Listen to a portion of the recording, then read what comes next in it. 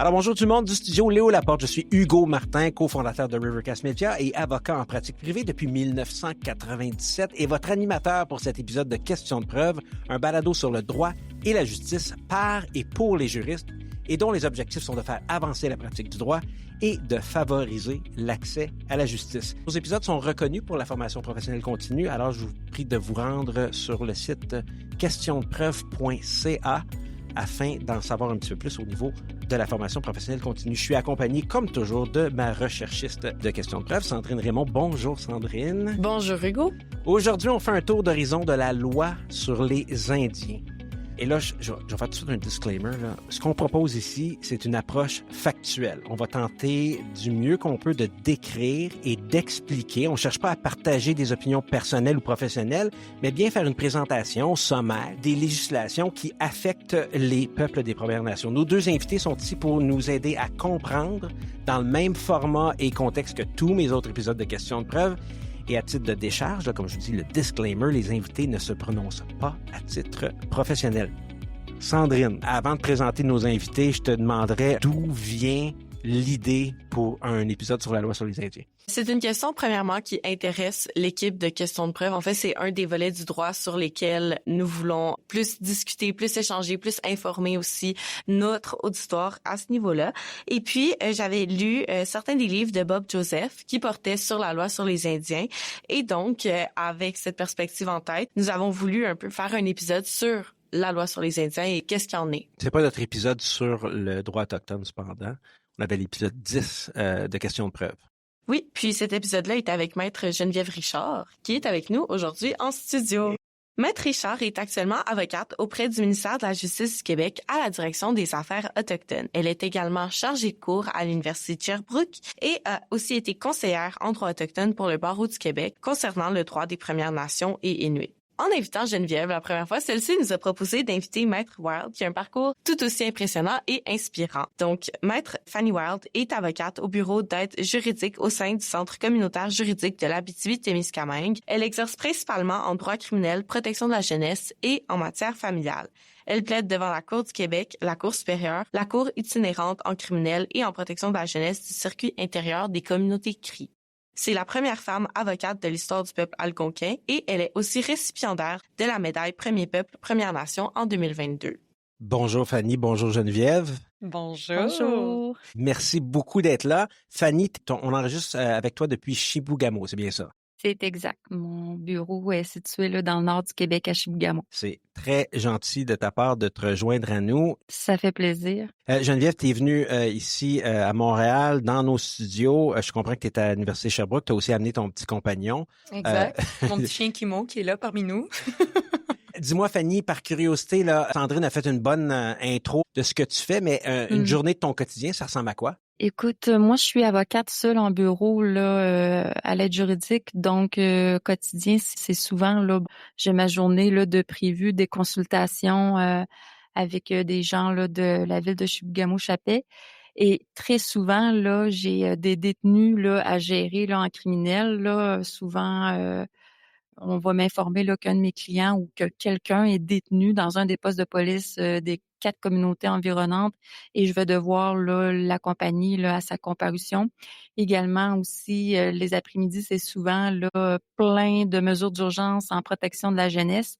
Donc c'est ce qui bouscule là, souvent là mon horaire là au quotidien, mais c'est constamment là, devant les tribunaux là, à chaque semaine. Il ne se passe pas de semaine sans que je doive aller à la cour là, à cause là, des urgences là, qui se présentent dans mon horaire. Parle-moi de la cour itinérante. Oui, la cour itinérante, en fait, là, c'est un tribunal là, qui a été créé là, par le gouvernement. Là. C'est la Cour du Québec, mais c'est le gouvernement là, québécois qui a instauré ça. Là, corrige-moi si je me trompe, là, Geneviève, là, c'est dans les années là, 70 là, que le gouvernement a décidé là, d'instaurer une cour itinérante, c'est-à-dire qu'on se déplace de communauté en communauté avec tout le personnel nécessaire pour entendre des causes de juridiction criminelle et de juridiction là, en matière de la jeunesse, par exemple. Le juge se déplace, les procureurs de la couronne, les avocats de la défense, le greffier, et on arrive dans les communautés, on s'installe et on fait de la cour au même titre là, que tout autre tribunal là, au Québec. Il y a certaines communautés qui ont leur palais de justice, notamment la Nation Crie et quelques villes au Nunavik, mais d'autres communautés ou villes au Nunavik là, qui n'ont pas de palais de justice. Donc, on va souvent s'installer dans des gymnases d'école ou des bureaux prêtés là, par les instances là, locales. Ben, c'est super intéressant. Et j'imagine que c'est pas facile non plus pour vous autres, Fanny, ces déplacements-là et tout ça, mais au moins que le service, entre guillemets, existe. Je pense que c'est déjà un gros plus. Oui, parce que c'est d'aller à la rencontre des gens dans leur localité. Je trouve que c'est absolument essentiel, surtout quand on pense que les communautés autochtones, bien souvent, elles sont isolées. Si on pense là, même certaines communautés crient, même s'ils ont accès là à des routes, souvent c'est de la route de gravier. Donc c'est pas évident là de parcourir 4 heures de route là pour une comparution au criminel là pour se rendre au palais de justice le plus près. Donc, d'instaurer là, cette cour itinérante-là, moi, je pense que c'était un incontournable pour offrir là, l'accessibilité à la justice là, aux justiciables dans les communautés. Si je peux permettre de rajouter sur la cour itinérante, parce que Fanny œuvre auprès vraiment de la Nation Crie. Mais effectivement, Fanny, la cour itinérante, l'avènement a eu lieu dans les années 70 grâce à la signature de la Convention de la baie James et du Nord québécois. Donc, le premier traité moderne au Canada avec la Nation Crie et Inuit. Donc, les 2 premières cours itinérantes, c'était vraiment avec les Cris et les Inuits. Et ensuite, il y a eu d'autres cours itinérantes qui se sont jointes, donc pour la nation Innu et Naskapi. Donc, il y a 4 différentes nations autochtones aujourd'hui qui sont desservies par la cour itinérante. À quoi ressemble une journée d'une avocate qui travaille pour le gouvernement, mais qui est aussi chargée de cours? Je mentionne, avant de répondre à ta question, que Fanny est une de mes grandes amies, une de mes ex-collègues de travail aussi quand on travaillait au privé, et c'est ma conférencière aussi dans mes cours à l'université. Donc, ça va être ma 5e année que je vais enseigner droit des Autochtones à l'Université de Sherbrooke. Sinon, une de mes journées typiques, c'est beaucoup de négociations avec le fédéral et les Autochtones. Donc, moi, je m'occupe au gouvernement du Québec, au ministère de la Justice du Québec, de tout ce qu'on appelle la justice communautaire.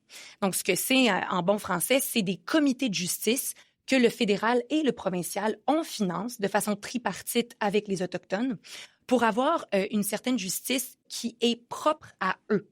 Donc, ça peut être des cercles de sentences, ça peut être la déjudiciarisation des Autochtones pour répondre beaucoup à l'arrêt GLADU, qui est pour la déjudiciarisation des peuples autochtones. Donc, vraiment pour répondre plus à leurs besoins au niveau de la peine. Donc, une de mes journées typiques, c'est vraiment d'avoir des rencontres avec le gouvernement fédéral et avec les Premières Nations avec qui je travaille pour vraiment négocier des ententes pour ensuite les financer, la reddition de comptes et compagnie. Donc, ça, c'est vraiment une de mes journées types. On s'en va immédiatement, on saute à la nomenclature, OK? Juste le titre « Loi sur les Indiens », de toutes les modifications qu'on aurait pu faire, peut-être qu'on aurait pu changer l'appellation de cette loi-là. Je l'ai appelée, cette section-là, un peu « l'éléphant dans la pièce ». Avant là, d'aborder le champ d'application de la loi sur les Indiens, pourquoi est-il important, peut-être Fanny, de bien identifier la nomenclature, puis pourquoi, dis-moi si je me trompe, mais le titre « Loi sur les Indiens » est peut-être problématique, là, à défaut d'un autre mot? Moi, je dois vous dire qu'au départ, là, l'acte des sauvages là, me dérangeait davantage. Loi sur les Indiens, puisqu'elle existe encore toujours, moi, et ça c'est très personnel, là, je me prononce pas pour la majorité là, de mes frères et sœurs autochtones. Moi, quand un individu nous appelle encore Indiens, ça me dérange beaucoup moins que sauvage. Et ça me dérange pas autant parce que le titre de cette loi-là est encore la loi sur les Indiens. Et même moi, quand je l'utilise, j'ai pas le choix encore de la nommer la loi sur les Indiens. Sinon, c'est important d'utiliser les bons termes selon les bons peuples pour les Premières Nations parce que c'est extrêmement personnel. Hein? Si on se trompe au niveau de votre nom de famille, ça graffine un peu, c'est important. Donc, c'est pour ça que c'est de plus en plus important, surtout l'accès à l'information. On a de moins en moins d'excuses là, de faire là, des erreurs là, sur l'identification là, des Premières Nations.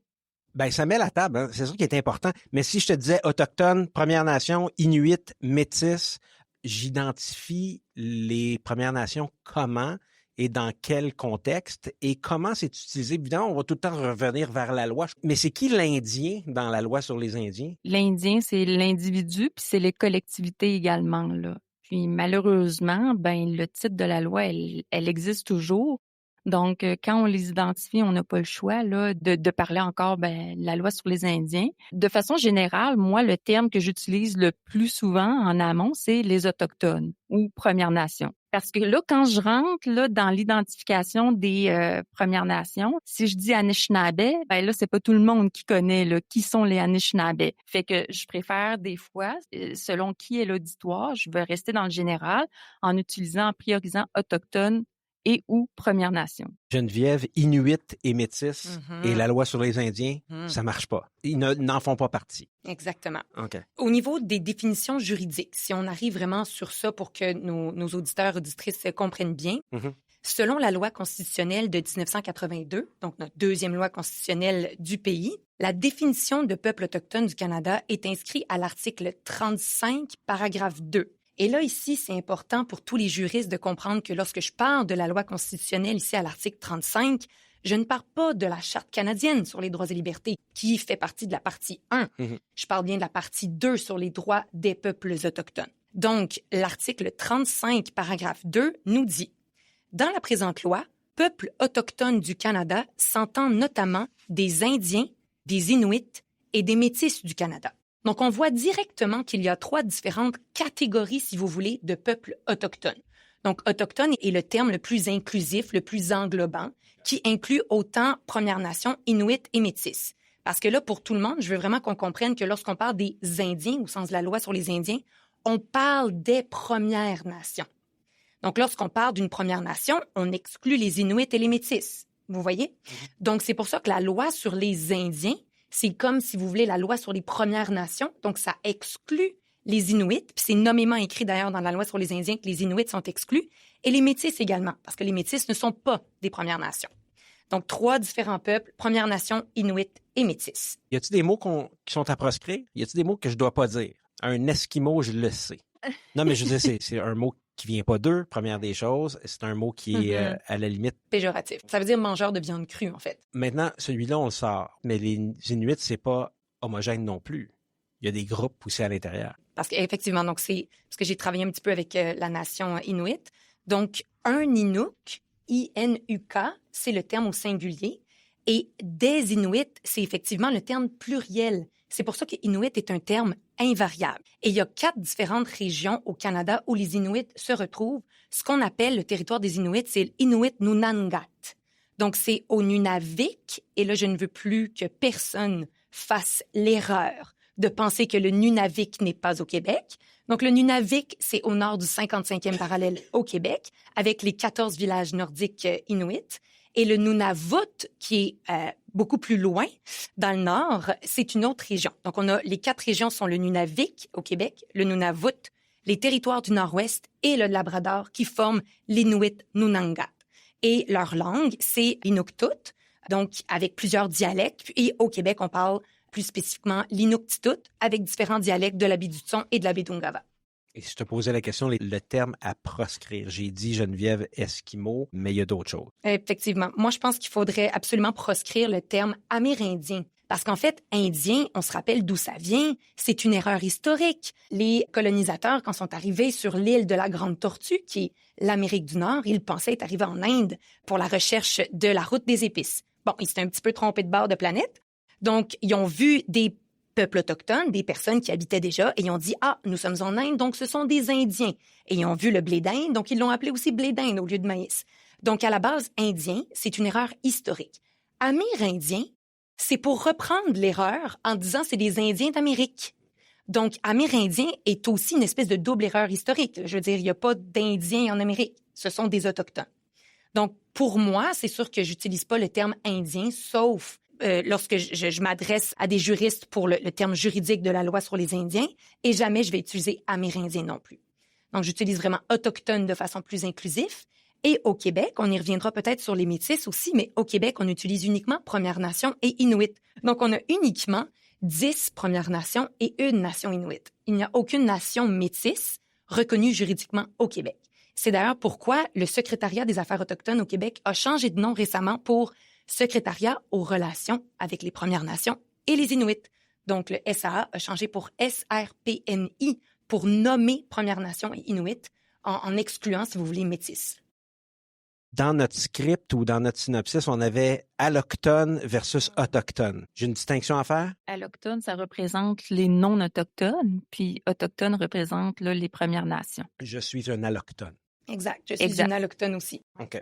Comment peut-on mieux accompagner nos collègues juristes là, dans une approche plus respectueuse et inclusive et éclairée du langage, donc avoir la bonne nomenclature? Prendre la carte, OK, qui est accessible à tous, regarder géographiquement quelle est la Première Nation qui est autour de moi, avec quelle clientèle je risque de travailler. Et je travaille de façon un peu plus précise comme ça. Quand j'identifie la Première Nation qui est autour de moi, ce groupe-là, il s'identifie comment? Est-ce qu'il préfère que je dise Algonquin ou Anishinaabe, Cri, Atikamekw, toutes ces spécificités-là, là, c'est important de s'informer. OK, ça, c'est un devoir là, de notre côté, je pense. Ça va faire toute la différence quand un juriste accueille dans son bureau et qui est capable d'identifier son groupe avec le bon mot. Ça l'allège déjà, ça l'installe un climat de confiance entre le client et le juriste.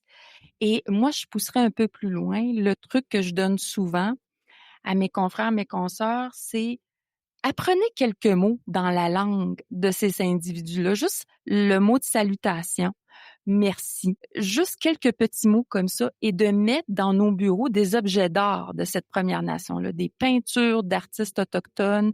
Si on travaille avec des Inuits, les statues, les sculptures qu'ils fabriquent, de mettre quelques objets comme ça dans nos bureaux, ben ça va installer une espèce de climat, ça va lancer le message aux clients qu'on a une certaine admiration, qu'on a un certain respect envers le groupe là, autochtone de cet individu-là. C'est ce qu'on appelle la sécurisation culturelle. Donc, c'est vraiment le fait qu'on peut sécuriser une personne avec la présence d'art ou avec la présence de mots. Donc, par exemple, en Anishinaabe-Moen, et tu me corrigeras, Fanny, si je l'ai pas comme il faut, mais bonjour, c'est Kwe et merci, c'est Miigwech. Donc, lorsque je travaille avec ma clientèle Innu, je sais que c'est Kwe, mais le merci, c'est Tsenuskometin.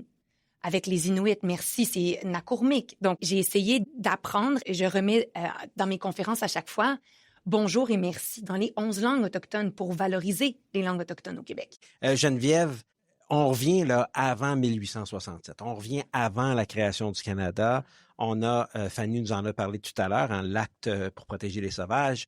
Fais-nous une brève description de ce qui existait et comment on est arrivé à un peu plus tard, mais c'est quand même une très vieille loi, là, la loi sur les Indiens. Ce qui va être difficile dans ta question, c'est sommairement. Donc, vous m'arrêterez au besoin. Lorsqu'on dit que la loi sur les Indiens provient de 1876, c'est un peu une erreur, parce qu'il y a beaucoup de lois et d'actes avant 1876.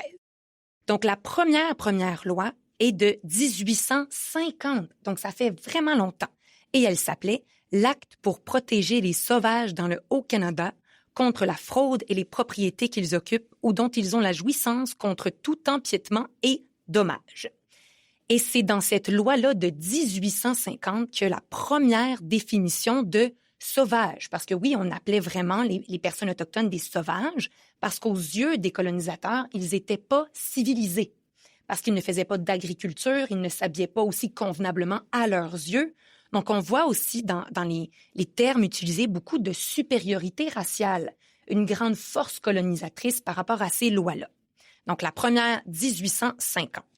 Donc, on a notre première définition de sauvage. On a cet acte-là pour protéger les sauvages. Mais là, on est en 1850, avant même la formation du Canada. Exactement. Parce que c'est à ce moment-là qu'on crée les réserves aussi. Donc, en 1850 aussi, quelques mois plus tard, il y a eu l'acte pour mieux protéger les terres et les propriétés des sauvages dans le Bas-Canada. Donc, toujours 1850, et c'est effectivement la création des réserves au Québec. Donc, c'est vraiment là où les réserves ont vu le jour. Et réserve, ça veut vraiment dire terre réservée. Donc, de dire, voici ce petit bout de territoire-là, c'est à vous. Et si je peux me permettre de citer un extrait de la commission Vien. Donc, comme vous savez, j'ai été procureur de la commission Vien à l'époque à Val-d'Or. Donc, le commissaire Vien nous dit dans le rapport Vien par rapport aux réserves. Les endroits sélectionnés comme réserves ne correspondent cependant pas toujours aux lieux réellement habités par les principaux concernés et ont la plupart du temps pour effet de réduire l'espace qu'ils occupent. Les choix faits par le commissaire des terres de la Couronne servent d'abord et avant tout l'intérêt des compagnies forestières ou celle de l'Église, qui souhaitent la création de réserves à des fins d'éducation et de civilisation.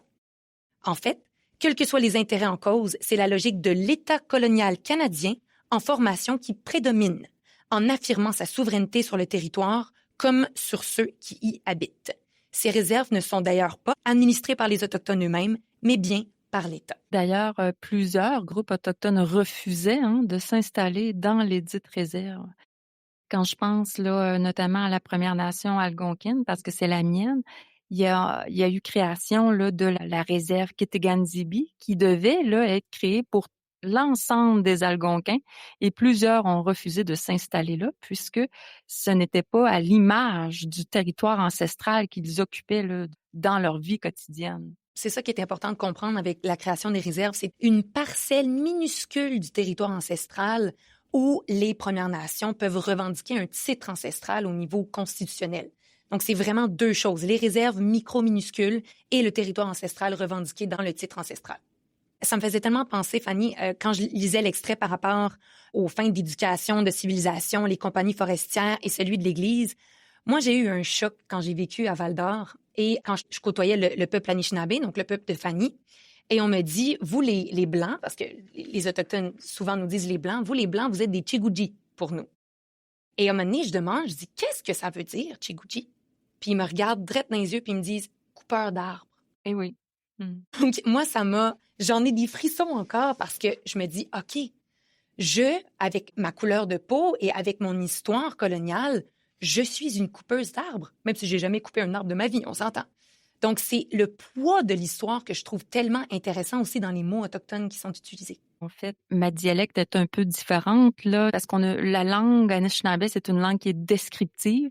Donc, l'homme blanc, on le décrit comme ça, l'homme qui coupe le bois. Donc, c'est comme ça qu'on identifie les allochtones. Il y a eu un coût humain à tout ça, mais on va juste sauter d'un an. 1851, acte pour mettre à part certaines étendues de terre pour l'usage de certaines tribus de sauvages dans le Bas-Canada. C'est une complémentarité des réserves de donner 23 000 acres. En fait, c'est 230 000 acres. À 230 000 acres. Mais c'est tout. Voilà, c'est le territoire. En fait, j'allais dire qu'il vous appartient, mais techniquement, ça n'appartient pas aux Premières Nations. Ça appartient au gouvernement fédéral. Les réserves, c'est de propriété fédérale. Les Autochtones ne possèdent pas du tout le territoire des réserves. Et dès ces années-là, 1850, on pensait immédiatement à l'assimilation. Donc, l'objectif, dites-moi si je me trompe, mais l'objectif n'était pas de rendre rien de tout ça permanent. C'était comment on fait pour assimiler les Premières Nations. Et en 1857, acte pour encourager la civilisation graduelle des tribus sauvages en 7 provinces. Qu'est-ce que c'est les conditions pour l'émancipation?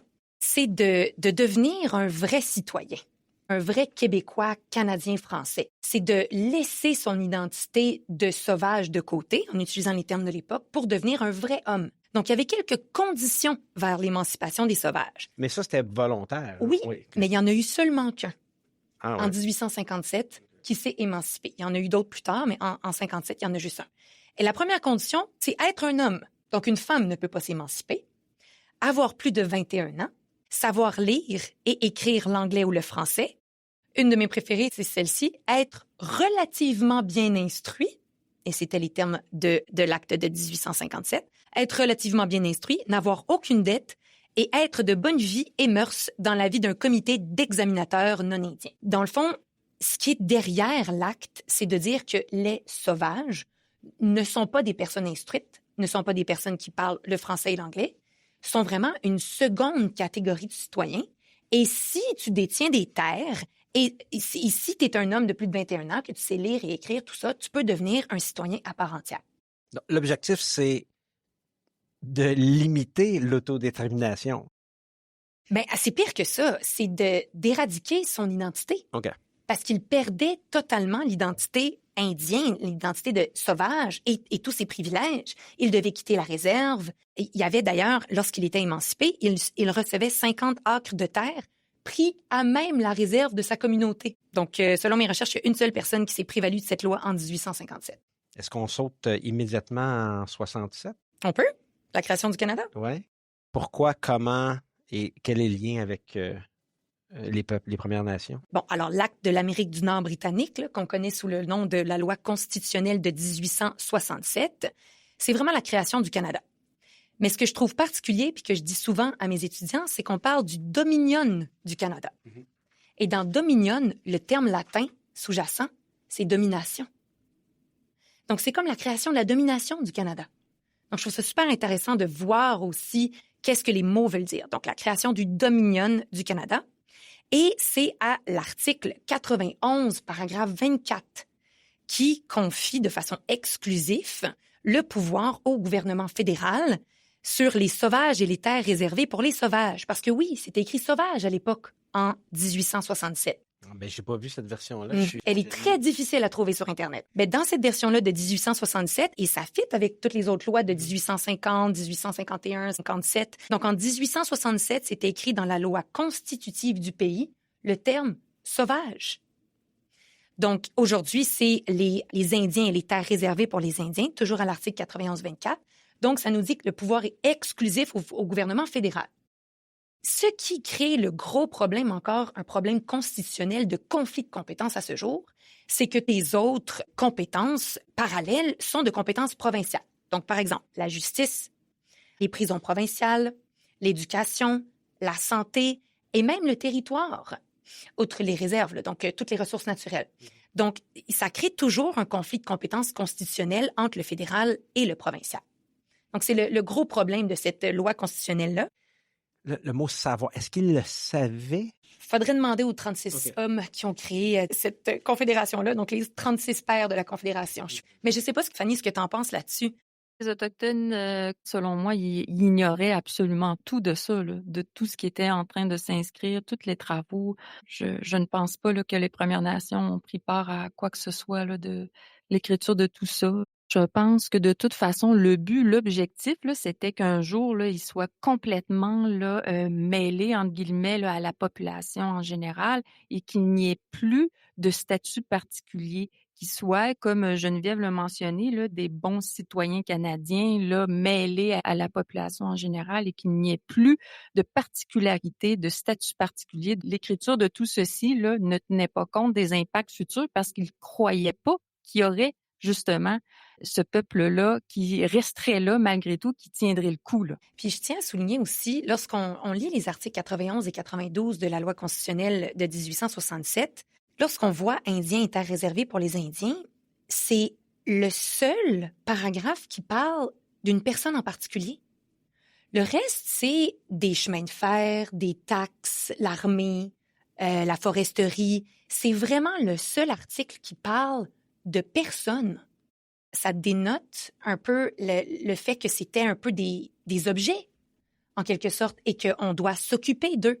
On va en parler tantôt aussi avec la création des pensionnats autochtones, mais le but, c'était to get rid of the Indian problem, de se débarrasser du problème indien. Donc, je pense qu'effectivement, en 1867, l'objectif, c'était de les classer pour s'en occuper, parce qu'effectivement, ce ne sera plus un problème dans quelques années. 1869, l'acte prévoyant à l'émancipation graduelle des sauvages et à la meilleure administration des affaires des sauvages, 1869. Donc, il n'y a pas eu beaucoup de leçons en 2 ans. Ça nous mène à 1876, l'acte pour amender et refondre les lois concernant les sauvages qui, encore une fois, sans la participation des Premières Nations. C'est ça qui a inspiré la loi. En fait, c'est ce qui est devenu. Donc, il y a eu une refonte législative de 2 lois, celle de 1857 et celle de 1869, pour créer cette espèce de loi omnibus-là, l'acte pour amender et refondre les lois concernant les sauvages, mieux connu sous le nom de Acte des sauvages de 1876. Donc, c'est vraiment cette loi-là qui est devenue la loi sur les Indiens aujourd'hui. Non seulement élaborée sans la participation des Premières Nations, mais aussi qui reflétait des concepts qui ne font pas du tout partie des traditions ou des modes de vie des Autochtones. On parle même au niveau de la gouvernance, les bandes et les conseils de bande, ça a été créé. Exact. Et ça a été créé justement par cette loi de 1869 qui impose un mode de gouvernance aux communautés pour remplacer les chefferies traditionnelles par les conseils de bande.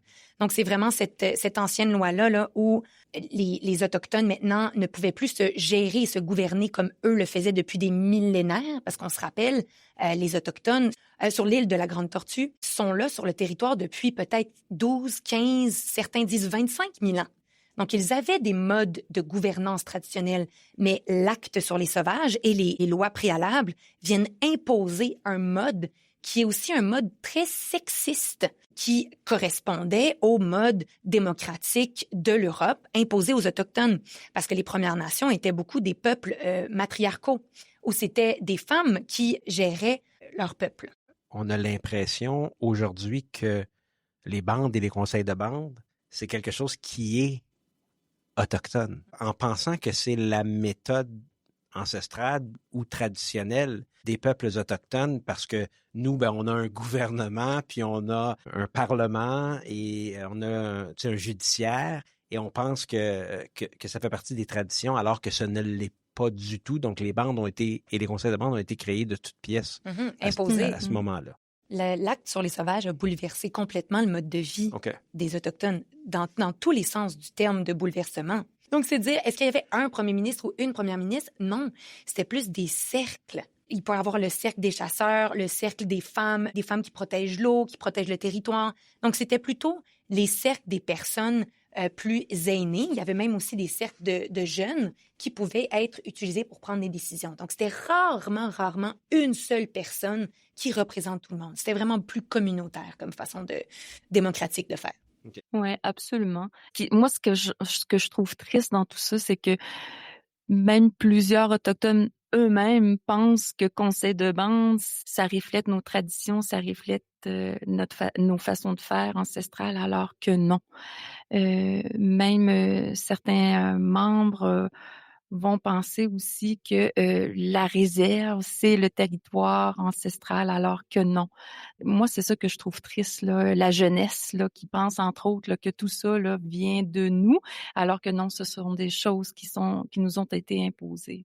Cet acte-là, 1876, prévoit aussi l'émancipation ipso facto, donc c'est-à-dire la perte du statut de sauvage ou d'Indien de tout membre d'une Première Nation qui reçoit un diplôme universitaire, qui devient ministre de l'Évangile, médecin, avocat.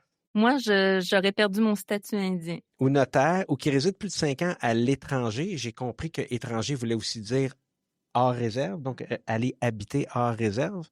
Une femme qui marie un allochtone perd également son statut d'Indien et donc le droit de vivre au sein de sa communauté. En plus du racisme, il y a le sexisme qui fait son apparition avec les grandes portes, là, en disant qu'une femme, donc j'utilise les termes de la loi, une femme indienne ou sauvage de l'époque qui mariait un non-autochtone, un non-sauvage, elle perdait complètement son statut et tous ses droits d'habiter sur la réserve, et ses enfants aussi perdaient complètement ce statut-là puis ces protections-là. Et cette discrimination-là dans la loi sur les Indiens a eu lieu pendant 112 ans. Donc, de 1869 jusqu'à 1985. Tiens, quelques années après la loi constitutionnelle de 1982 avec la Charte canadienne des droits et libertés. C'est un petit peu gênant pour le Canada quand même d'avoir cette discrimination-là sexiste dans la loi. Fanny, dis-moi, on comprend, nous, que les peuples autochtones étaient surtout organisés autour d'un matriarcat. Et c'était quelque chose qui était un genre de standard dans les communautés, c'est-à-dire que ce qu'on appellerait aujourd'hui un ministre ou un premier ministre ou quelqu'un qui a le pouvoir décisionnel serait une femme. Est-ce que je me trompe? Plusieurs groupes autochtones, oui. Par contre, là, si je parle pour ma Première Nation à moi, l'Anishinaabe, là, nous, on était nomades. Donc, on se déplaçait sur le territoire pour suivre le gibier. Donc, on se déplaçait là, par groupes familiaux. Il n'y avait pas encore cette notion-là, même là, de communauté. C'était vraiment là, des groupes familiaux. Donc, on parcourait le territoire comme ça, à l'automne, l'hiver. Et à tous les étés, on se rassemblait, toutes les familles ensemble, et on formait là, comme un groupe un peu plus volumineux. Et là, toutes les familles se retrouvaient là pour passer la période estivale ensemble. C'est là qu'il y avait des mariages. Tu sais, dans la vie quotidienne, il n'y avait pas là, nécessairement là, une espèce de figure qui faisait foi de chef ou de décideur. C'était vraiment une famille qui vivait ensemble, qui parcourait le territoire pour s'approvisionner au niveau du gibier. Donc, avec ce que tu me dis là, Fanny, je m'aperçois que non seulement ces lois-là n'étaient pas adaptées à la réalité des peuples autochtones, mais même à l'intérieur des nations elles-mêmes, il y avait des modes différents de gérer leur propre communauté, soit en groupe familial ou en communauté plus élargie. On va rester en 1876. Qu'est-ce qu'on doit retenir là, de la version originale, si on peut dire? Je dirais que l'Acte des Sauvages de 1876 avait vraiment pour objectif de déposséder le territoire aux sauvages de l'époque. Donc, c'était la dépossession du territoire. On l'a vu dans l'enquête nationale sur les femmes et les filles autochtones disparues et assassinées. Fanny a d'ailleurs été procureure de cette grande enquête-là, le rapport de l'ENFADA en 2019, donc exactement en même temps que la commission vient. On parle de dépossession du territoire, on parle de disparition des Premières Nations, d'assimilation, d'éradication, mais là, ils sont allés beaucoup plus loin et ont parlé d'un véritable génocide. La Commission de vérité et de réconciliation en 2015, donc quelques années auparavant, parlait de génocide culturel, donc tout ce qui s'est passé dans les pensionnats autochtones. Mais là, l'ENFADA nous parle d'un véritable génocide. Donc, pour répondre à ta question, je pense que l'Acte des Sauvages de 1876 est un outil juridique génocidaire au Canada. C'est dur, hein? C'est dur d'entendre ces mots-là. Ben, je sais pas, c'est comme quand on revoit là, tous ces termes-là, ces noms de loi-là, ces objectifs derrière, on se dit, mais c'est pas croyable. Même moi, là, c'est pas la première fois que j'entends parler de ces lois-là, de ces termes-là, mais à chaque fois, c'est comme c'est tout le temps un coup. J'en reviens pas qu'on a écrit de telles lois dans ces objectifs-là et qu'on les a mises en action, hein. Tout ça, c'est fait dans un pays comme le nôtre. Absolument. On a fait bien pire. En 1894, on a eu une modification où on a rendu obligatoire la fréquentation des pensionnats. Alors, les pensionnats, ça fait couler beaucoup d'encre. Dis-nous un peu plus, s'il te plaît, Geneviève. Bon, là, c'est sûr que ça sera pas plus gai que parler de génocide, on s'entend. Donc, en 1894, il y a eu une modification législative pour rendre la fréquentation des pensionnats obligatoire. Mais ça faisait déjà plusieurs années que les pensionnats avaient lieu au Canada. Donc, c'était autour de 1830 jusqu'à 1996. Donc, plus d'une bonne centaine d'années. C'était la GRC qui pouvait débarquer dans les communautés et arracher littéralement les enfants des bras des mères et des pères autochtones. Je tiens à citer John A. Macdonald qui a dit devant la Chambre des communes en 1883, « Lorsque l'école est sur la réserve, l'enfant vit avec ses parents qui sont sauvages. Il est entouré de sauvages. Et bien qu'il puisse apprendre à lire et à écrire, ses habitudes, son éducation domestique et ses façons de penser restent celles des sauvages. En un mot, c'est un sauvage capable de lire et d'écrire. On a fortement insisté auprès de moi, comme chef du département de l'Intérieur, pour soustraire autant que possible les enfants sauvages à l'influence de leurs parents. Or, le seul moyen d'y réussir serait de placer ces enfants dans des écoles industrielles centrales où ils adopteraient les habitudes et les façons de penser des Blancs. John A. Macdonald, 1883.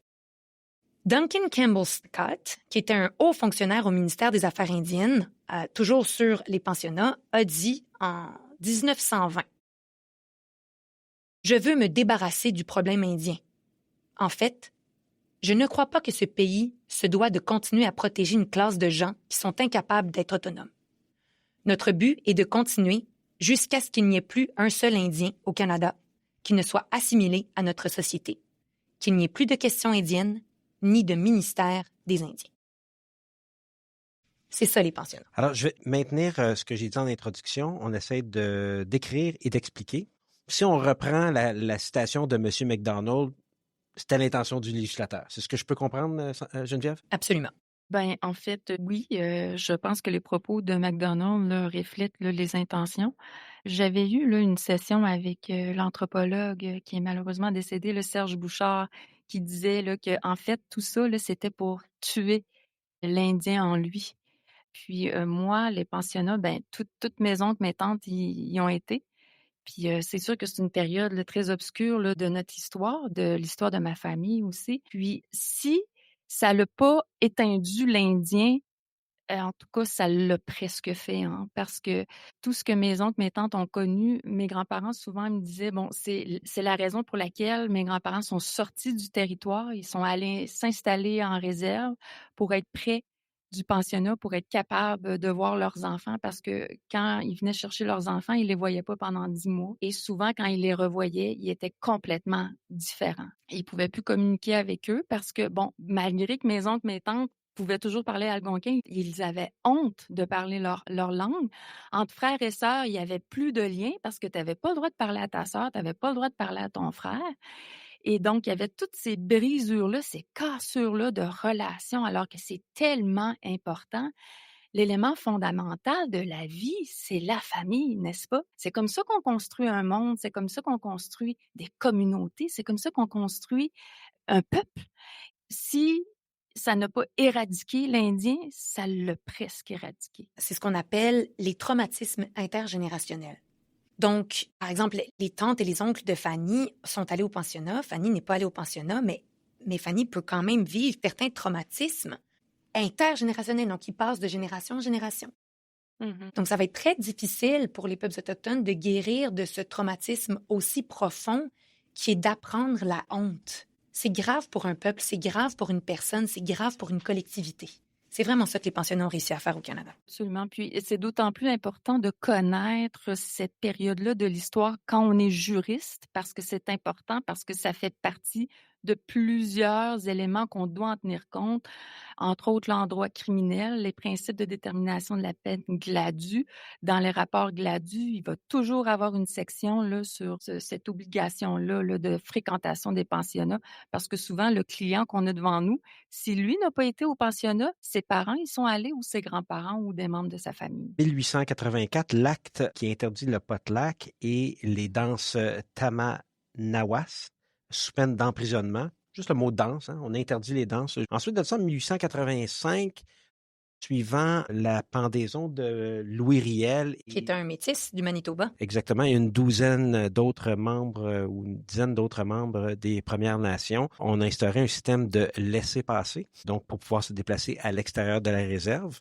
Donc, on parle de 1885. Un contrôle absolu sur les déplacements, même des peuples autochtones qui étaient des peuples nomades ou semi-nomades. Fanny nous en a parlé, donc c'est absolument contre nature. 1887, une autre modification qui donne au surintendant général le pouvoir de déterminer si une personne est membre ou pas d'une bande de sauvages. Décision définitive. Quelque chose que je rajouterais par contre qui va vraiment toucher nos auditeurs et auditrices juristes. Dans des anciennes versions de l'acte sur les sauvages, là, donc avant 1927, il y avait l'interdiction d'engager un avocat pour les causes concernant le territoire.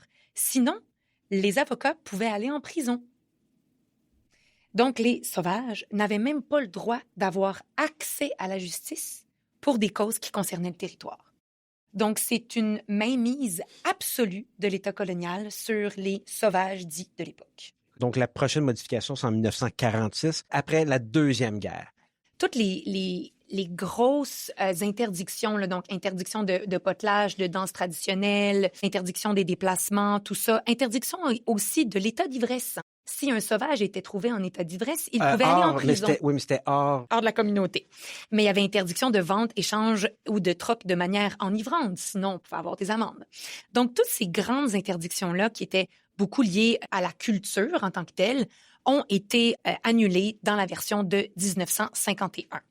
Les femmes étaient autorisées maintenant à participer à la démocratie de leur bande. Là, on ne parle pas d'un droit de vote. Le statut d'Indien est acquis par voie d'inscription seulement. Donc, c'est pas juste être un descendant. Une femme détenant le statut perd ses droits lorsqu'elle marie un homme qui est non inscrit. Et une femme perd complètement son statut d'indienne si son mari meurt ou l'abandonne. C'est ça. Petite parenthèse, je pense que c'est important. Et si une allochtone mariait un homme indien, elle devenait indienne au sens de la loi. Et comment on appelait ça? Une indienne instantanée. Donc, c'est le sexisme pur de la loi. L'identité était liée à l'homme. Ensuite de ça, cette loi-là donne aux provinces la compétence sur la protection des enfants autochtones ce qui va mener à la rafle des années 60. Les organismes choisissent de retirer leurs enfants et leurs familles plutôt que de l'offrir à des ressources et un soutien communautaire gouvernemental. Qu'est-ce qu'on doit savoir de cette période-là? La rafle des années 60, ce qu'on appelle en anglais le 60s scoop, ne s'est pas produit uniquement dans les années 60. C'est dans les années 60, 70 et même 80. Et on se rappelle, le dernier pensionnat au Canada a fermé ses portes en 96 et au Québec, c'était en 91. Donc, il y avait en parallèle du système des pensionnats le système de la protection de la jeunesse qui, dans les faits, ont créé les mêmes traumatismes que les pensionnats. C'était le fait de retirer de façon systématique les enfants autochtones pour les placer dans des familles blanches. Parce qu'ils disaient justement que les familles autochtones n'avaient pas la capacité d'élever leurs enfants de la bonne façon, que je mets ici entre gros guillemets. Donc, ça a créé les mêmes traumatismes que les pensionnats. Et c'est pour ça aussi qu'il y a eu beaucoup de causes juridiques par la suite sur la rafle des années 60. Donc, si on continue un petit peu dans le temps, 1960, la Déclaration canadienne des droits est adoptée. Et pour mes collègues là, qui aiment bien qu'on parle un peu de Cour suprême du Canada, l'affaire Dry Bones en 1970 déclare qu'une disposition de la loi des Indiens est inopérante parce qu'elle enfreint l'article de la Déclaration canadienne des droits qui garantit l'égalité devant la loi. Cette affaire Dry Bones concerne un Autochtone mis en état d'arrestation à Yellowknife pour avoir enfreint un article de loi sur les Indiens interdisant aux Autochtones de s'enivrer en dehors de leur réserve avec ses avocats. Donc, au moins, il avait le droit d'un avocat. Et il a fait valoir que cela enfreint la Déclaration des droits car une personne non autochtone n'aurait pas été soumise à la même accusation. En effet, la Cour suprême donne finalement son accord en citant l'interdiction de la Déclaration des droits de punir des gens pour des motifs raciaux. Le Parlement abroge par la suite cet article de loi sur les Indiens. Mais on aura le livre blanc de 1969 qui s'appelle « La politique indienne du gouvernement du Canada ». C'est un document politique du gouvernement du Canada qui a tenté d'abolir les documents légaux antérieurs portant sur les peuples autochtones au Canada, y compris la loi sur les Indiens et les traités. Il visait également à supprimer le statut légal distinct de tous les peuples indiens au sein de l'État canadien. Donc, en 1969, Jean Chrétien, qui était ministre des Affaires indiennes de l'époque, propose de régler définitivement les questions autochtones. Il se dit, le livre blanc dit que toutes les politiques qui portent sur les Premières Nations sont discriminatoires parce qu'elles ne s'appliquent pas aux Canadiens de façon générale. Donc, pour arrêter cette discrimination-là envers les Indiens, il faudrait abolir la loi sur les Indiens, il faudrait abolir le statut indien, il faudrait abolir les réserves. Mais par le fait même, on va abolir tous les droits que les Autochtones avaient, que les Premières Nations avaient, incluant les traités historiques qui avaient été signés avec le gouvernement fédéral et les Indiens de l'époque. Donc, l'objectif, c'était vraiment de faire page blanche. Je pense que c'est pour ça aussi qu'on l'a appelé le livre blanc, parce qu'effectivement, c'est la politique indienne, son nom original. Donc, lui, il voulait régler les questions. Moi, ça me fait penser un petit peu à Duncan Campbell Scott, là, de dire le problème indien. Mais là, le but, c'était on recommence à zéro. On enlève tout ça. Et j'ai eu le bonheur de lire la politique indienne de la première à la dernière phrase. Et vraiment, ce qui me sidère, c'est le fait qu'on dit que on veut les protéger, puis c'est discriminatoire qu'ils soient indiens. Donc, on préfère qu'ils fassent partie de la population canadienne générale, qu'ils puissent détenir des propriétés, qu'ils puissent être des bons citoyens. Donc, c'est un peu les pensées coloniales de l'époque qui reviennent dans le livre blanc. Mais c'était quand même une remise en question, Geneviève. Le but, c'était d'économiser de l'argent.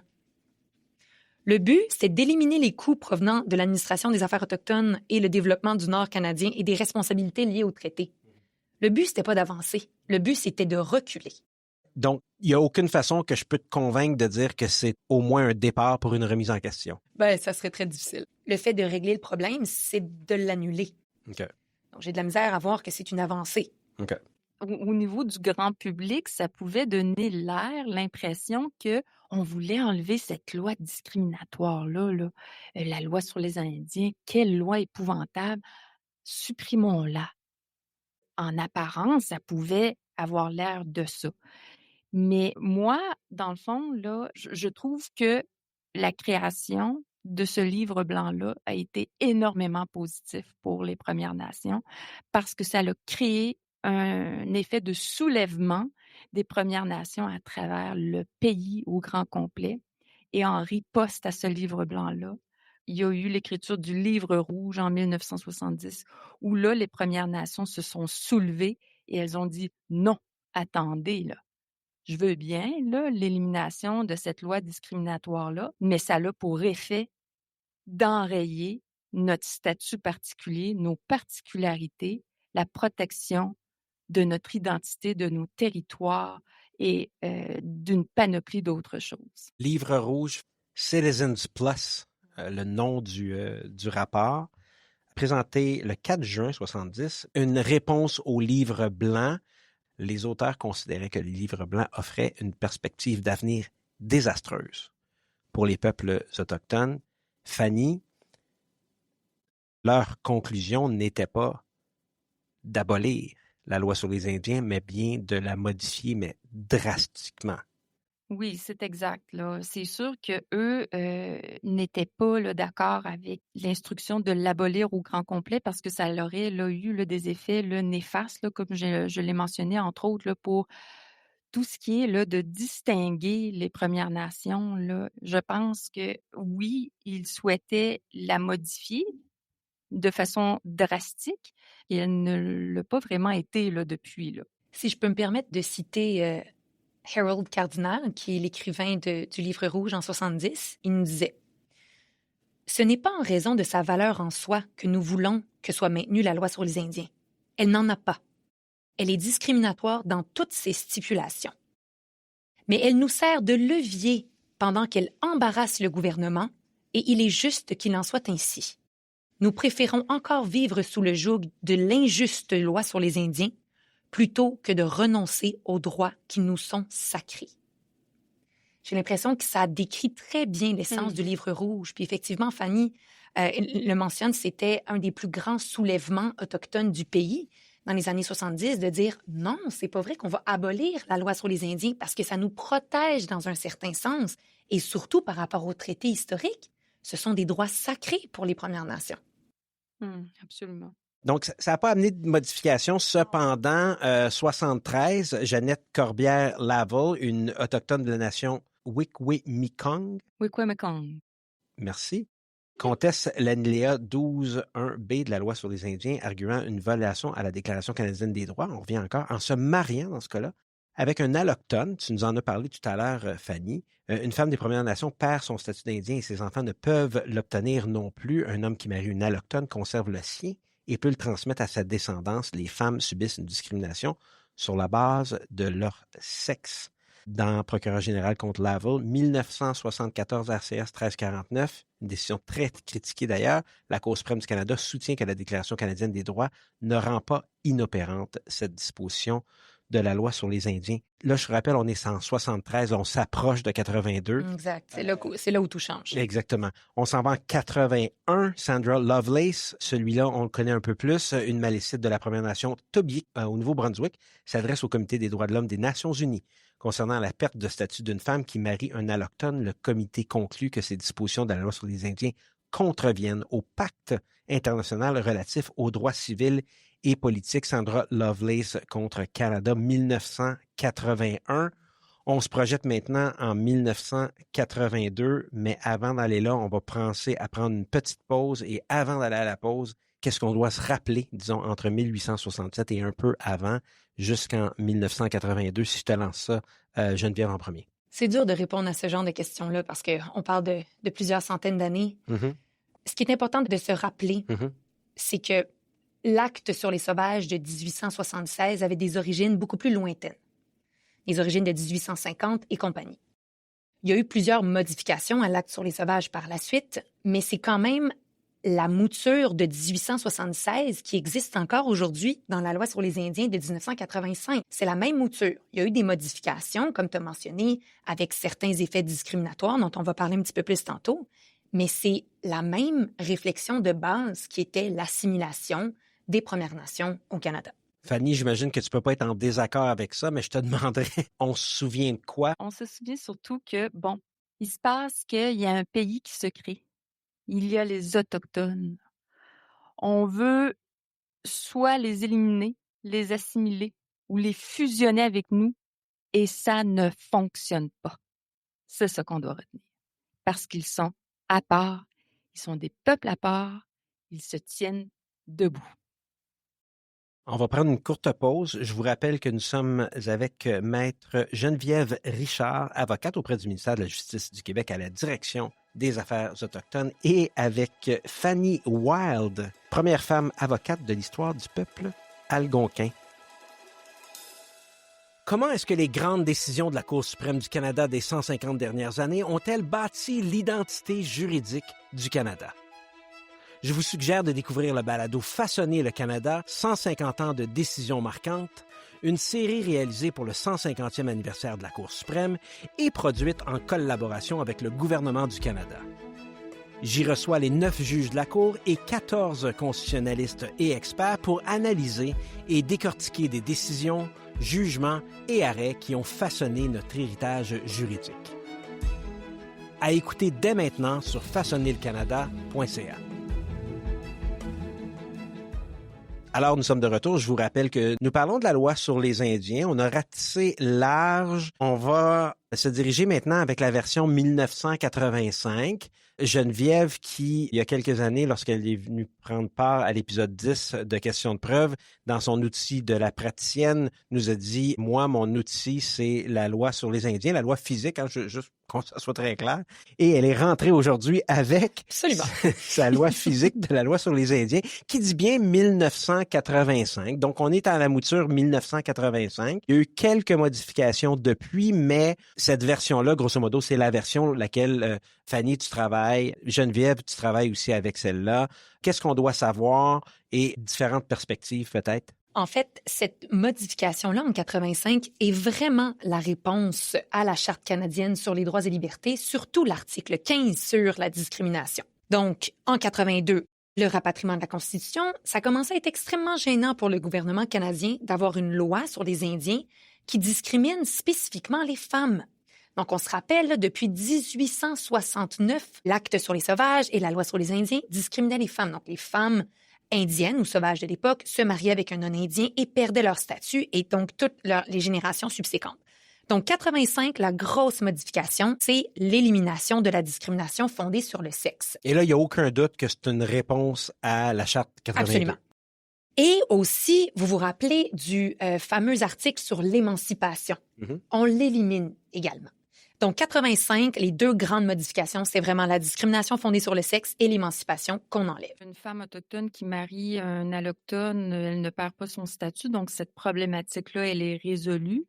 Mais moi, en pratique, ce que je vois beaucoup et qui est peut-être là un peu plus méconnu, c'est que lorsqu'une jeune autochtone a un enfant avec un autochtone, OK, mais que pour toutes sortes de raisons, là, le père n'est pas déclaré dans le certificat de naissance, ça va lui causer plusieurs problèmes au niveau là, du statut de ses enfants.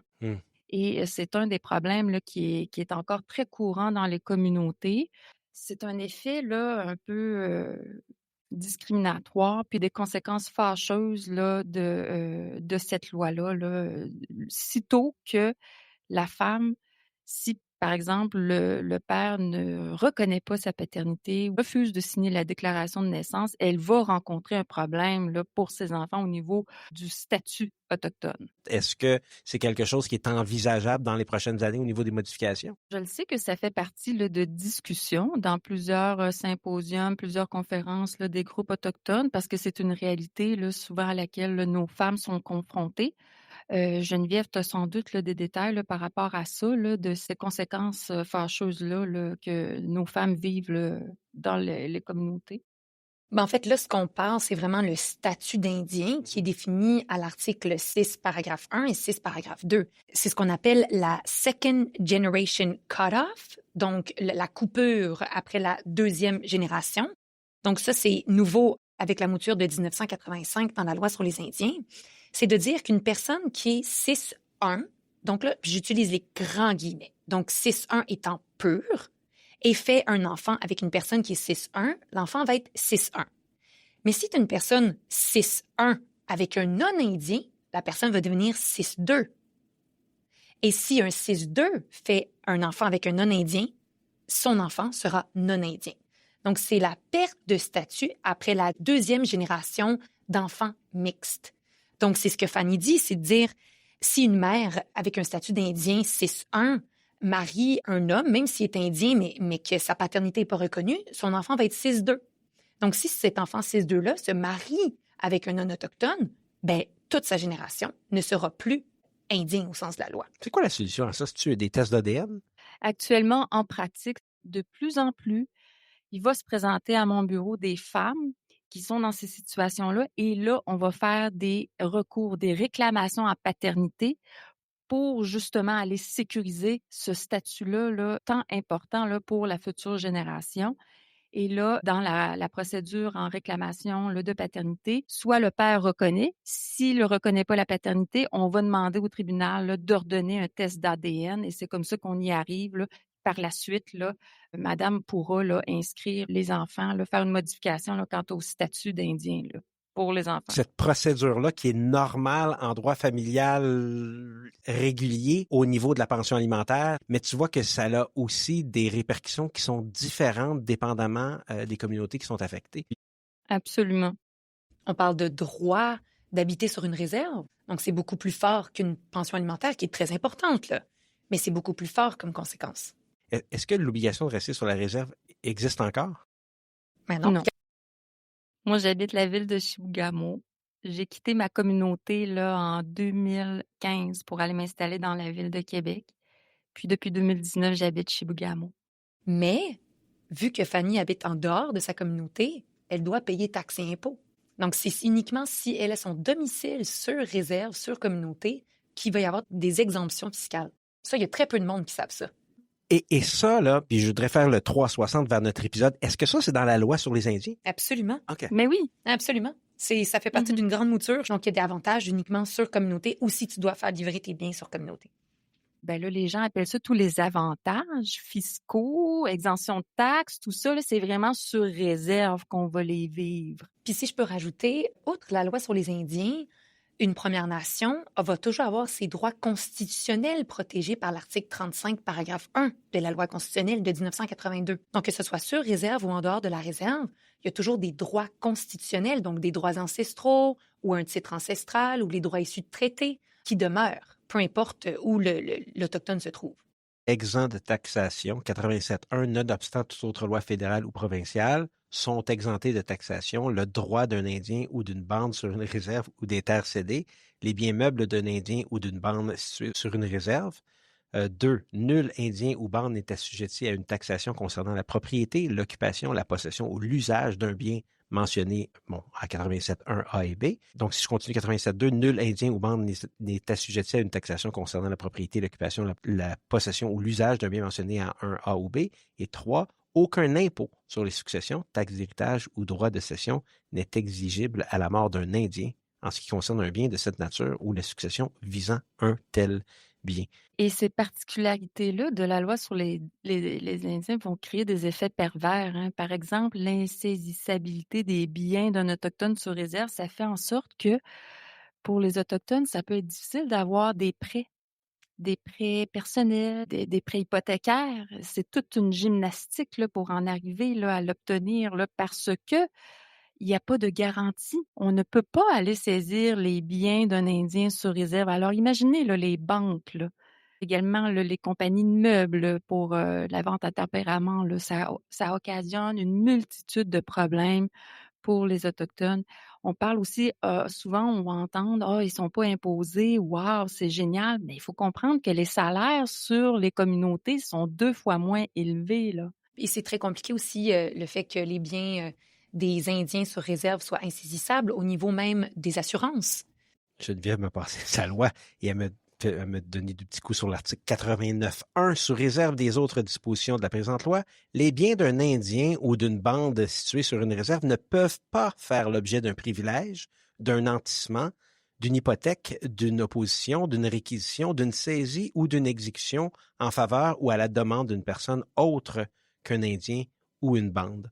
Donc, on peut comprendre que ça peut causer certaines difficultés. C'est juste insaisissable. Fanny, est-ce que aujourd'hui la loi de 1985 devrait être abrogée et on recommence à zéro? Mais c'est sûr que, je veux dire, on ne devrait pas l'abroger, parce que comme la réponse là, des Premières Nations, le livre rouge, il est important, mais je pense qu'il doit absolument et nécessairement être retravaillé. Et cette fois-ci, en consultation des Premières Nations. Et tu me disais qu'il y a des conférences ou des symposiums. Il y a des initiatives actuellement en place pour discuter de ça et c'est des choses qui existent. Le projet de loi S2 qui vise justement à modifier certaines sections de la loi sur les Indiens, notamment de garantir que les personnes ayant des antécédents familiaux d'émancipation soient traitées de la même façon que celles qui n'en ont pas. Donc, il y a quand même plusieurs modifications qui vont avoir lieu dans le temps, mais je pense pas que je vais être vivante lorsque la loi sur les Indiens va être abolie.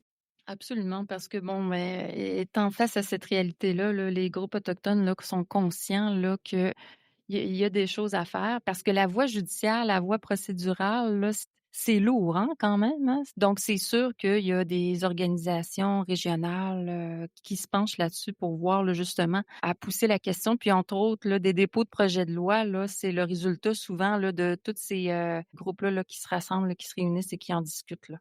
Donc, pour conclure sur la loi sur les Indiens, j'aimerais citer Richard Kistabiche, que tu dois bien connaître, Fanny, de la nation Anishinaabe, qui s'est exprimé ici devant la commission Vient. Le mouvement d'exclusion a commencé lorsque la Fédération ou la Confédération canadienne a été créée, dans laquelle le premier ministre MacDonald avait déclaré qu'il y avait un problème indien. Et il fallait qu'il se débarrasse de ce problème-là. Tous les gouvernements, tous les partis politiques ont adopté cette politique-là, cet esprit-là, cette philosophie-là. Alors, ils ont créé la loi sur les sauvages, la loi sur les Indiens et la défense de pratiquer nos rituels, nos pratiques, nos traditions, notre culture. En plus, nous avons été traités comme les enfants de la reine. Nous sommes encore aujourd'hui les enfants de la reine. Alors, ce n'est pas étonnant que les rapports soient chaotiques par moments. Richard Kistabiche, devant la commission Vient. Merci pour cette citation-là, mais je pense que la discussion sur la loi sur les Indiens ne devrait pas se terminer, mais je pense que c'est une discussion qui est de réconciliation qu'on doit continuer à avoir. Cependant, la loi de 85 a des problèmes de discrimination, puis j'inviterai Sandrine à annoncer cette dernière partie. En fait, tel qu'il a été mentionné plus tôt dans le balado, il y a eu des modifications en 1985 qui visaient à réduire la discrimination sur le sexe. Qu'est-ce qu'il y en est aujourd'hui? Pour répondre à ta question, je pense que c'est important d'aborder le principe de l'intersectionnalité. C'est ce qu'on appelle une double discrimination.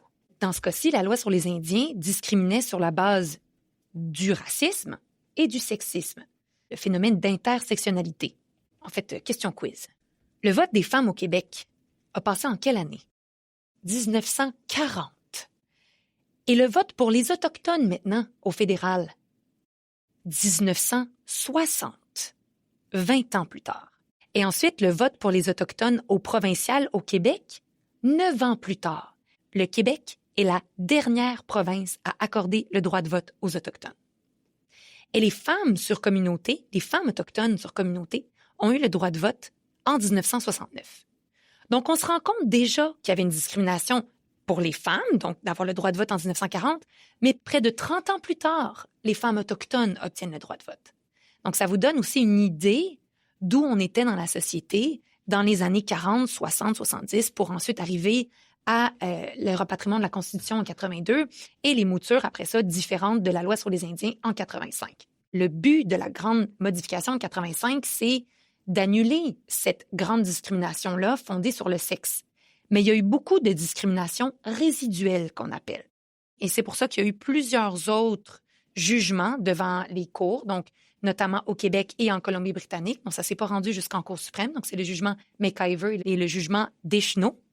Et c'est ces deux jugements-là qui ont permis d'avoir d'autres modifications sur la discrimination résiduelle, toujours envers les femmes, qui restaient dans la loi sur les Indiens. Au niveau de la discrimination, c'est sous 15 de la charte ou sous 28 de la charte? 15. 15, OK. Et puis, vous avez mentionné discrimination résiduelle. Quel est ce concept? C'est vraiment de dire qu'ils pensaient qu'ils avaient tout géré le problème en 85 en disant l'article spécifique qui dit que les femmes indiennes se mariant à des non-indiens vont perdre leur statut. Donc, ils l'ont enlevé en 85. Mais la discrimination résiduelle, c'est en fait, à travers les générations, ils se sont rendus compte que les femmes indiennes perdaient leur statut plus rapidement que leurs cousins indiens. Donc, c'est ça la discrimination résiduelle, c'est qu'ils pensaient en 85 avoir fait le ménage, puis finalement, à travers des jugements, donc en Colombie-Britannique et au Québec, on s'est rendu compte qu'il y avait encore de la discrimination pour les générations après. Donc, les femmes perdaient leur statut beaucoup plus rapidement que les hommes indiens, selon la loi.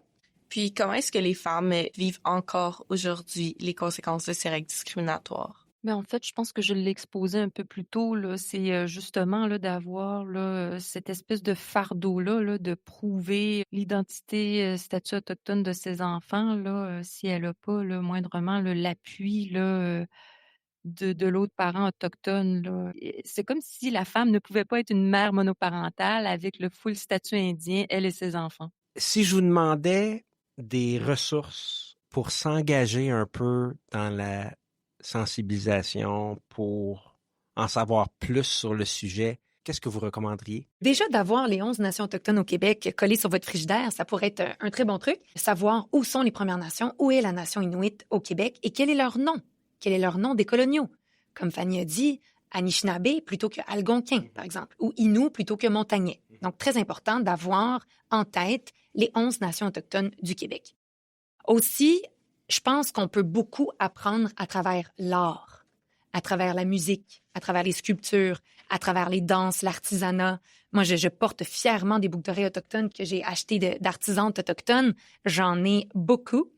Et j'adore faire ça. Puis c'est pas de l'appropriation culturelle parce que je l'achète d'une artisane autochtone. C'est de la valorisation culturelle, comme j'aime parler. Donc, pour une allochtone, de porter des bijoux autochtones achetés d'une personne autochtone, sur communauté ou hors communauté, mais d'une artisane ou d'un artisan autochtone, c'est de la valorisation culturelle. Je pense aussi au powwow, donc ces grandes fêtes autochtones pendant l'été. J'ai d'ailleurs eu la chance de voir Fanny dans un de ses powwows avec sa petite fille il y a plusieurs années, dans sa regalia absolument fantastique. Donc, visiter les powwows. Donc, aller sur les communautés, visiter le site de tourisme autochtone du Québec. Et j'ajouterais aussi se tenir informé. Il y a sur Radio-Canada une page super intéressante qui s'appelle Espace autochtone, avec des articles uniquement sur les Premières Nations et les Inuits au Québec. Donc, vraiment un espace très intéressant où il y a plusieurs journalistes aussi qui sont eux-mêmes autochtones. Moi, il faut absolument suggérer les rapports des grandes commissions d'enquête qui sont absolument importants à connaître, surtout en tant que juriste, parce que toutes les recommandations qui figurent, elles sont toujours d'actualité. Donc, c'est important de les connaître. Les gouvernements ont pris le temps de s'asseoir, ils ont pris le temps d'enquêter, ils ont pris le temps de consulter et c'est important de les lire. Puis, il y a des gens qui m'ont souvent posé la question, Fanny, est-ce que ça dérange si je mets des bijoux autochtones? Est-ce que ça dérange si je mets des mocassins? Et ma réponse, c'est non. Au contraire, ça nous fait plaisir, ça nous touche, ça l'attendrit le cœur. Et nous, ça nous fait plaisir de voir un allochtone porter fièrement des bijoux autochtones, des mocassins, des mitaines. D'ailleurs, vous allez voir, là, souvent, les Autochtones vont remettre des objets d'art en guise de cadeau aux Allochtones. La Commission des droits de la personne et des droits de la jeunesse ont rédigé un document très intéressant et assez vulgarisé qui s'appelle « Mythes et réalités sur les peuples autochtones ». Donc, c'est disponible sur Internet. C'est vraiment un outil qui est facile et vraiment fait pour tout le monde. Eh bien, merci à vous deux pour toutes ces informations et cet épisode super enrichissant. Tous les appels à l'action que vous venez de mentionner et les ressources requises vont se trouver dans les notes de l'épisode. Et puis, avant de terminer, dans le cadre de chacun de nos épisodes, nous demandons à nos invités un outil, un item, une application, un ouvrage, n'importe quoi, qui est incontournable dans votre vie professionnelle. Pour commencer, Maître Fanny World, qu'est-ce qui est incontournable, nécessaire dans l'accomplissement de vos fonctions? Je vous dirais l'arrêt de la Cour suprême Gladue à aller lire. C'est un must dans le droit en contexte autochtone. Moi, je dirais la loi sur la Déclaration des Nations unies sur les droits des peuples autochtones. Et je mentionne bien la loi parce que c'est une loi fédérale qui a passé en 2021 pour inclure la Déclaration des Nations unies sur les droits des peuples autochtones dans la législation fédérale. Donc, du droit international qui devient du droit interne. Je l'utilise quotidiennement. Eh bien, merci à vous deux pour cet épisode. Hugo? Donc, le 21 juin 2021, la loi sur la Déclaration des Nations unies sur les droits des peuples autochtones, C14, est entrée en vigueur. Le gouvernement va donc entreprendre des mesures afin d'harmoniser les lois fédérales, dont la loi sur les Indiens, avec cette Déclaration des Nations unies. Pourquoi a-t-elle été adoptée le 21 juin? Parce que c'est la Journée nationale des peuples autochtones le 21 juin. Donc, c'est pour ça que c'était symbolique de l'adopter, la Journée nationale des peuples autochtones, le 21 juin. Fanny Wild de Chibougamau, merci beaucoup de t'être joint à nous aujourd'hui, comprendre ou d'avoir cet accès-là avec toi qui nous permet de réfléchir dans un esprit juridique. Hein, tu nous as quand même dit tout à l'heure, nous, en référant aux juristes, alors que tu as un double chapeau, si je peux dire, comme ça. Donc, encore une fois, un grand merci de t'être joint à nous. Merci, Gitchumigwetch. Geneviève, deuxième épisode ensemble, content de t'avoir et que tu nous éclaires de cette façon-là et de faire l'avancement là ou l'historique de cette loi-là. Donc, vous avez toutes les deux une invitation ouverte pour la prochaine modification majeure de la loi sur les Indiens. Merci beaucoup. Merci beaucoup, Kitchumigwetch. Sandrine, comme toujours, super bien préparée. Merci beaucoup. Merci d'avoir été là, d'avoir participé à l'élaboration et à la recherche. Bien, merci à toi, Hugo, et merci à vous deux pour le partage.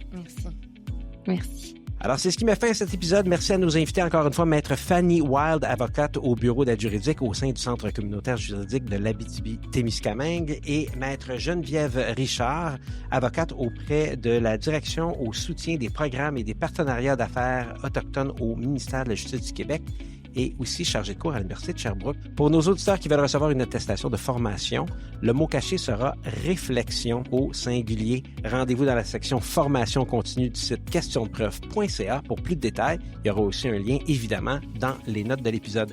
Nous vous invitons à vous abonner à Questions de preuve sur vos plateformes de balado favorites afin de ne manquer aucun de nos prochains épisodes. Faites-nous part de vos commentaires, manifestez-vous pour vous joindre à un épisode de Questions de preuve et venez discuter avec nous d'un sujet de droit qui vous intéresse. Idée originale, animation, réalisation et montage, eh bien c'est moi, Hugo Martin, à la co-animation et à la recherche Sandrine Raymond, à l'équipement audio Sergio Travaglione de Musique Red One. La musique et les transitions audio sont de l'artiste The Pack. La productrice est Constance Saint-Pierre, qui s'occupe aussi de la gestion, du marketing et de la direction générale et qui s'affaire cette semaine à tout ce qui touche à la série Façonner le Canada, 150 ans de décisions marquantes, en collaboration avec Commémoration Canada et la Cour suprême du Canada. Merci Constance. Ce podcast est une production Rivercast Media SA et rappelez-vous, tout est question de preuve.